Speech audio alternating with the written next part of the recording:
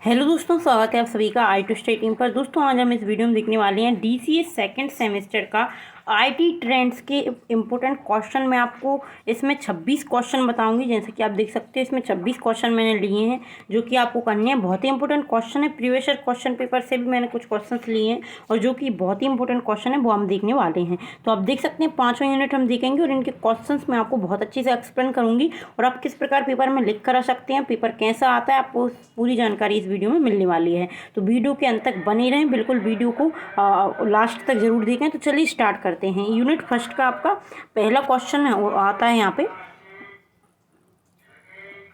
Multimedia की संकल्पना की व्याख्या कीजिए। मल्टीमीडिया के विभिन्न तत्वों की व्याख्या कीजिए। मल्टीमीडिया की आपको संकल्पना बताना, मतलब मल्टीमीडिया क्या है, मल्टीमीडिया का आपको स्ट्रक्चर बताना है। यहाँ पे मल्टीमीडिया के विभिन्न तत्वों को बताइए, मतलब मल्टीमीडिया के विभिन्न एलिमेंट्स आपको यहाँ पे बताने हैं। तो मल्टीमीडिया क्या है, मल्टीमीडिया के विभिन्न तत्वों को समझाइए। पहला क्वेश्चन आपका ये है, फर्स्ट यूनिट से पहला क्वेश्चन आपका यही बनेगा, मल्टीमीडिया क्या है, मल्टीमीडिया को समझाइए, मल्टीमीडिया के विभिन्न तत्वों को समझाइए। इस प्रकार से आपका क्वेश्चन बनेगा। तो ये आपका पहला क्वेश्चन है। आप यहाँ पे देख सकते हैं, इंग्लिश में लिखा हुआ है। यहाँ पे आप पढ़ सकते हैं multimedia definition and concept need of multimedia. मतलब मल्टीमीडिया के आपको डेफिनीशन बताने हैं, कॉन्सेप्ट बताने हैं और मल्टीमीडिया की आवश्यकता क्यों पड़ी। ये भी बहुत ही अच्छा क्वेश्चन है जो कि पूछा जाता है कि मल्टीमीडिया की आवश्यकता क्यों पड़ी, मल्टीमीडिया से आपको क्या लाभ है या आप उससे क्या क्या फ़ायदे हैं आपको। इस प्रकार से क्वेश्चन आपका आता है। इसके बाद आपका सेकंड क्वेश्चन रहेगा, मल्टीमीडिया एलिमेंट्स मतलब तत्व, टेक्स्ट, इमेज, साउंड, एनिमेशन और वीडियो, चारों पांचों होते हैं यहाँ पे। ये आंसर ही होगा। यहाँ पे तत्व आपसे तत्व पूछे जाते हैं, एलिमेंट्स पूछे गए हैं। तो यहाँ पे आप देख सकते हैं टेस्ट, इमेजेस, साउंड, एनिमेशन और वीडियो। टेस्ट मतलब हम किसी भी व्यक्ति को जो कुछ भी जानकारी लिख कर देते हैं, जैसा कि हमने टेस्ट किया, मैसेज किया, उससे हो जाएगा। इमेज आप जानते हैं, इमेज किसी भी प्रकार की इमेज भेजना। साउंड, वीडियो हम कह सकते हैं साउंड रिकॉर्ड करके, ऑडियो रिकॉर्ड करके मतलब, और वीडियो हो जाएगा यहाँ पे। एनिमेशन जो कि एक मूव वाली, आपने देखा हो एनिमेशन, आप वीडियो देखते होंगे इसमें कि वीडियो मतलब मूवमेंट होती है उसमें, तो वो हो जाएगा यहाँ पे। ये 5 तत्व होती हैं मल्टीमीडिया की। इसके बाद आ जाएगा यहाँ में, मैंने यहाँ पे तत्व बता दिया आपको, ये 5 ही तत्व होते हैं। आपसे क्वेश्चन पूछा जाएगा मल्टीमीडिया के कितने तत्व हैं समझाइए। तो मल्टीमीडिया के 5 तत्व होते हैं, टेक्स्ट, इमेज, साउंड, एनिमेशन और वीडियो। आपको इनको अच्छे से एक्सप्लेन कर आना है। मैंने आपको यहाँ पे समझा दी। टेक्स्ट मतलब किसी व्यक्ति को मैसेज करना, टेक्स्ट लिखना, इस प्रकार आप अच्छे से पढ़ लें। इसके बाद आपका सेकंड क्वेश्चन रहेगा, मल्टीमीडिया की आवश्यकता क्यों है, व्याख्या कीजिए। इसकी उपयोगिता के विभिन्न क्षेत्रों को की भी व्याख्या कीजिए। मल्टीमीडिया की आवश्यकता क्यों पड़ी, मतलब हमें मल्टीमीडिया ऐसा किस टाइम पे लगा कि मल्टीमीडिया किसी भी चीज़ को हम अप्लाई करते हैं, लाते हैं, कोई भी रूल्स या नियम फॉलो करते हैं हम, तो उसकी एक आवश्यकता होती है। ऐसे ही मल्टीमीडिया की आवश्यकता क्यों पड़ी, व्याख्या करना, आपको अच्छे से समझाना है। इसकी उपयोगिता की विभिन्न क्षेत्रों को भी बताइए, मतलब हम जिस क्षेत्र में इसका उपयोग करेंगे, इसकी उपयोगिता किस किस क्षेत्रों में होती है। हर क्षेत्रों में आपको देखने को मिल जाएगी। व्यापार के क्षेत्र, मनोरंजन क्षेत्र में, व्यापार में जैसे कि एडवर्टाइजमेंट करते हैं, उसमें मल्टीमीडिया की आवश्यकता पड़ती है विज्ञापन के लिए। व्यापार में हो गया। मनोरंजन में जैसे कि हम सिनेमा, वीडियो गेम्स खेलते हैं और मूवीज़ देखते हैं, तो उसमें हो जाएगा। इसी प्रकार बहुत सारे क्षेत्र हैं जिनमें हम मल्टीमीडिया का उपयोग करते हैं। तो आप ये लिख सकते हैं यहाँ पे। एजुकेशन क्षेत्र सबसे बड़ा जाके हम कर ही रहे हैं, एजुकेशन, एंटरटेनमेंट, यहाँ पे हो जाएगा आपका ये। इसके बाद रहेगा आपका तीसरा क्वेश्चन, विभिन्न मल्टीमीडिया डिवाइस क्या हैं, इनकी उपयोगों को विस्तार से समझाइए। मतलब जो मल्टीमीडिया की डिवाइस कौन कौन सी होती हैं और इनके उपयोग आपको बताना है, कहाँ कहाँ पर इनका उपयोग होता है। तो वो आपका थर्ड क्वेश्चन हुआ है। इसके बाद यहाँ पर क्वेश्चन है, मल्टीमीडिया सॉफ्टवेयर क्या है। सॉफ्टवेयर संबंधित यहाँ पे क्वेश्चन देखने को मिला है आपको, मल्टीमीडिया सॉफ्टवेयर क्या होता है। अगला क्वेश्चन रहेगा, मल्टीमीडिया संलेखन उपकरण मतलब ऑथरिंग टूल्स क्या है, आपको यहाँ पे बताना है। मल्टीमीडिया संलेखन उपकरण क्या होता है। ये आपके 5 क्वेश्चन थे जो कि हमने यूनिट फर्स्ट से देखे। इसके बाद यूनिट सेकंड से हम 5 क्वेश्चन देखेंगे। आप यहाँ पे देख सकते हो मल्टीमीडिया ऑथरिंग। यूनिट सेकंड आपका 6वां क्वेश्चन रहेगा, मल्टीमीडिया में ध्वनि मतलब साउंड का क्या महत्व है। मोनो और स्टोरियो ध्वनि की संकल्पना की व्याख्या कीजिए तथा इसमें क्या अंतर है स्पष्ट कीजिए। बहुत ही इंपॉर्टेंट क्वेश्चन आपका ये रहने वाला है, क्योंकि मल्टीमीडिया की में ध्वनि, साउंड मतलब मल्टीमीडिया में जो साउंड इफेक्ट होते हैं वो क्या है। मोनो और स्टोरियो 2 बहुत ही इंपॉर्टेंट क्वेश्चन है। निम्न को समझाइए करके आपसे पूछा जा सकता है, निम्न को समझाइए। इसमें मोनो और यहाँ पे स्टोरियो ध्वनि क्या है, मोनो साउंड और स्टोरी साउंड में आपसे डेफिनेशन पूछ सकते हैं, मतलब क्या है ये, या अंतर भी पूछा जा सकता है। यहाँ पे आप देख सकते हैं साउंड एंड मल्टीमीडिया यहाँ पे करके, या मोनो और स्टोरियो साउंड, इस प्रकार से आपका क्वेश्चन आ सकता है। इसके बाद आपका 7वां क्वेश्चन रहेगा मल्टीमीडिया में ध्वनि के क्या प्रभाव होते हैं। ध्वनि के विभिन्न फाइल फॉर्मेट्स को समझाना है आपको। मल्टीमीडिया में ध्वनि के क्या प्रभाव हैं, इफेक्ट्स एंड साउंड्स, मतलब मल्टीमीडिया के में ध्वनि के क्या प्रभाव हैं, इफेक्ट हैं। इसके बाद ध्वनि के विभिन्न फाइल फॉर्मेट्स की व्याख्या कीजिए। Overview of various sound file formats on WAV और MP3 यहाँ पे दिया गया है आपको। इसके बाद आप मतलब विभिन्न फाइल फॉर्मेट आप यहाँ पे देख सकते हैं, PC है, WAV है और MP3 है। इन्हें आप अच्छी से डेफिनेशन के साथ आपको इनको विस्तारपूर्वक पढ़ना है। इसके बाद आपका 8वां क्वेश्चन रहेगा निम्न पर संक्षिप्त टिप्पणी दीजिए। इस प्रकार से क्वेश्चन पूछे जाते हैं जिनमें आपको 5 से 6 क्वेश्चन कवर कर ली जाएंगे एक ही क्वेश्चन में। तो निम्न पर संक्षिप्त टिप्पणी दीजिए। तो concept of plan and formatted test हो जाएगा यहाँ पे, इन दोनों को आपको समझाना है। फॉन्ट्स नीड और टाइप, मतलब फॉन्ट की आवश्यकता क्यों पड़ी और इसके कितने टाइप होती हैं, यहाँ पे आप देख सकते हैं। ITF HTML टेस्ट से आपको 1 या 2 क्वेश्चन संबंधित मिल ही जाएंगे, तो आप इसे अच्छे से पढ़ लें। बहुत सारे बच्चों को HTML समझ में नहीं आता तो वो लोग छोड़ देते हैं, पर आपको छोड़ना नहीं है। आप इसकी यूट्यूब से आप इसे पढ़ सकते हैं। आप अगर गूगल पे सर्च करेंगे तो वहाँ पे इसकी नॉर्मल डेफिनेशन, मतलब साधारण संक्षिप्त परिचय आ जाएगा, जिसमें आप इसको पढ़ सकते हैं और आप पेपर में छोड़ेंगे नहीं, क्वेश्चन आप लिख कर आ सकते हैं। इसके बाद आपका अगला रहेगा मोनो और स्टोरियो साउंड, जो कि मैं आपको बता चुकी हूँ। दोनों में अंतर पूछा जाता है और दोनों में मतलब किस प्रकार से ये काम करते हैं वो पूछा जाता है। इसके बाद आ जाएगा various sound file format on PC web MP3। तो यहाँ पे ये हमारे 5, मैंने आपको बोला 4 से 5 क्वेश्चन यहाँ पे कवर कर लिए जाते हैं। आप देख सकते हैं यहाँ पे 5 यहाँ पे पॉइंट आपको यहाँ पे क्वेश्चन एक ही क्वेश्चन में पूछे गए हैं। इसके बाद अगला क्वेश्चन रहेगा जो कि 9वां है अपना, वीडियो फाइल पर एक नोट लिखिए। वीडियो फाइल के स्वरूपों का भी वर्णन कीजिए।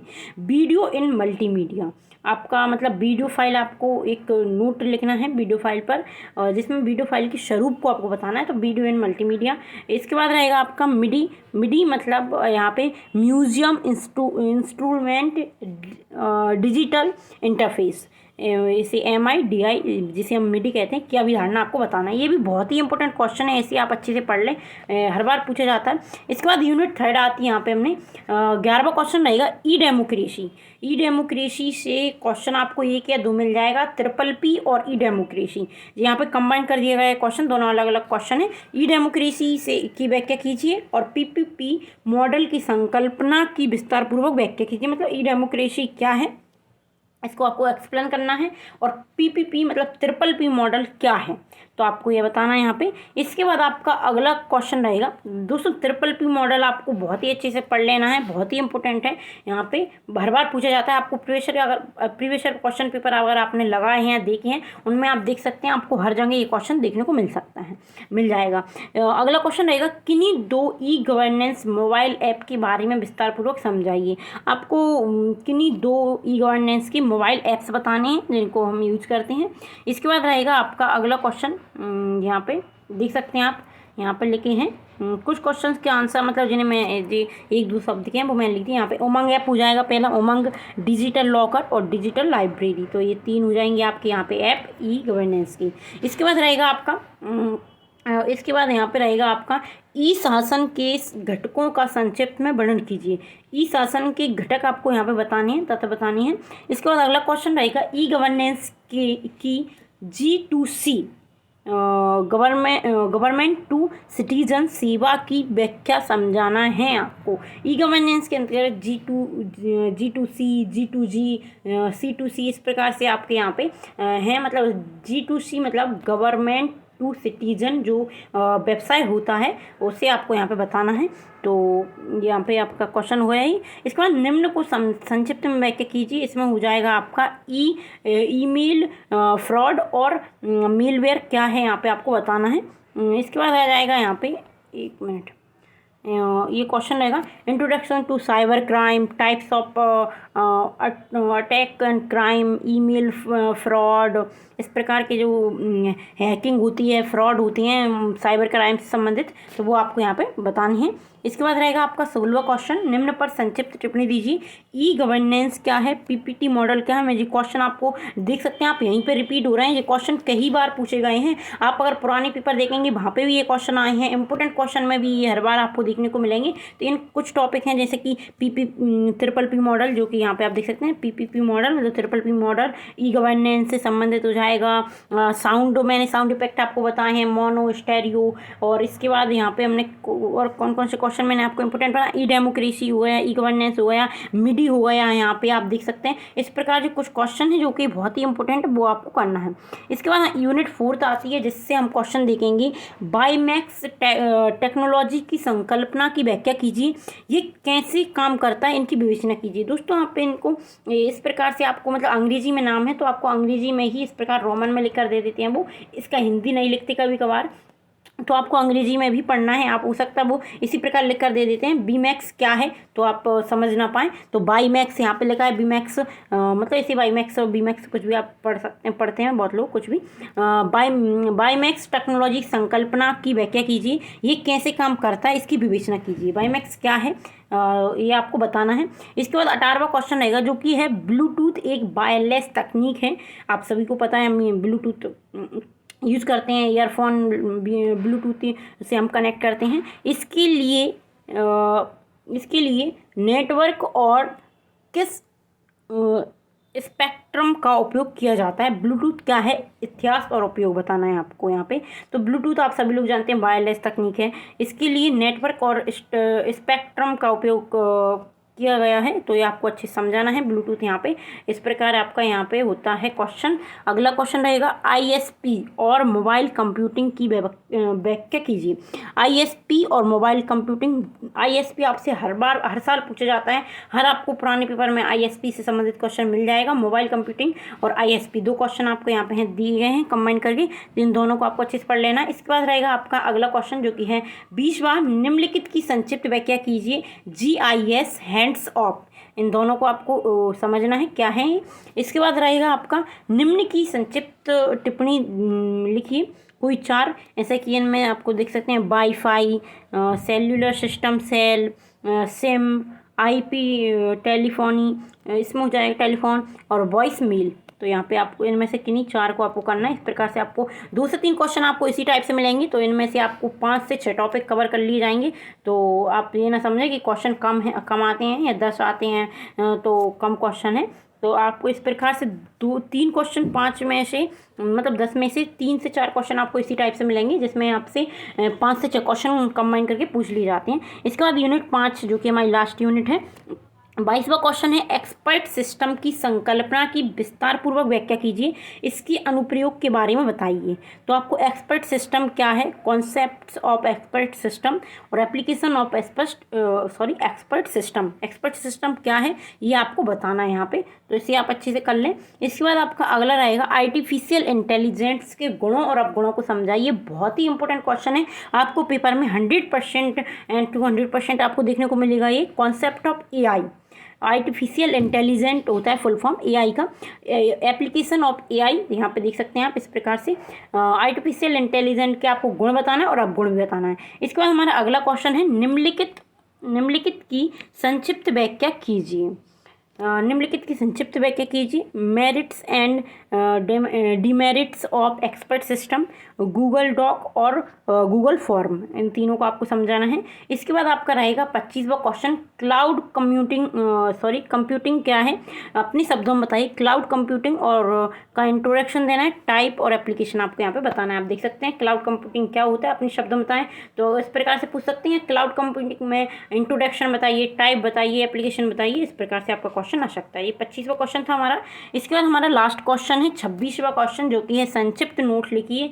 तो इसमें रहेगा विशेषज्ञ प्रणाली, मतलब एक्सपर्ट सिस्टम। देख सकते हैं आप कितने क्वेश्चन एक्सपर्ट सिस्टम से आपको पूछे गए हैं। गूगल ड्राइव, गूगल डॉक यहाँ पे 25वें क्वेश्चन में भी आपको देखने को मिला था, और कॉन्सेप्ट्स ऑफ AI, मतलब यहाँ पे एआई से क्वेश्चन हम यहाँ पे देख चुके हैं ऑलरेडी। ये आपको रट लेना है। 26वां क्वेश्चन में से आपको 3 से 4 ये हर बार पूछा जाता है, आपको चारों देखने को मिल सकते हैं। ये एआई से संबंधित आपको पढ़ना है। डॉक, गूगल ड्राइव, दोनों में से आपको एक मिल जाएगा, या दोनों में अंतर मिल सकता है, या दोनों साथ में भी आ सकते हैं। और एक्सपर्ट सिस्टम आपको पढ़ना है, मिडी पढ़ना है, ट्रिपल P मॉडल पढ़ना है, क्लाउड कंप्यूटिंग पढ़ना है, और यहाँ पे ISP पढ़ना है आपको। इसके बाद वाईफाई, सिम, ब्लूटूथ, ये तो आपको पढ़ना ही है, ये तो आपको पढ़ना ही है। इनमें से आपको पेपर में देखने को मिल जाएगा। इसके बाद रहेगा आपका कौन सा रहेगा, यहाँ पे है हमारा अगला, आप देख सकते हैं ई गवर्नेंस पढ़ना है आपको। ये क्वेश्चन थे जो कि मैं आपको बता चुकी। ऐप्स पढ़ लें आप, मोबाइल ऐप से संबंधित। उमंग ऐप को संक्षिप्त में बताइए, इस प्रकार से क्वेश्चन आ सकता है। ये कब लागू हुआ था, किसने किया था, इस प्रकार से क्वेश्चन आपका आ सकता है।